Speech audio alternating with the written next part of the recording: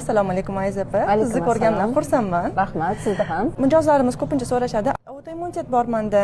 Yod ichsam bo'ladimi? Chunki har xil internetda gaplar bor, autoimmunitetda yod mumkinmi? Yoki haqida batafsilroq aytib o'ta olasizmi?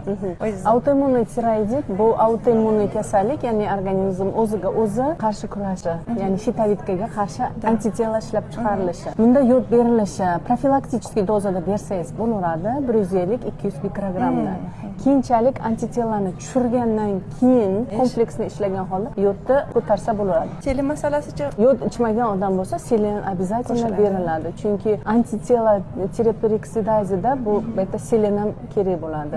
Chunki oksidativniy stress ham bo'ladi. selenni doim ichsa bo'ladimi yoki uni qanaqadir muddatda bormi? Ehtiyojiga qarab, kimda ehtiyoj baland bo'lsa, ichiladi. Selen metianin plus selen sistein bo'lsa keyin ishlaydi.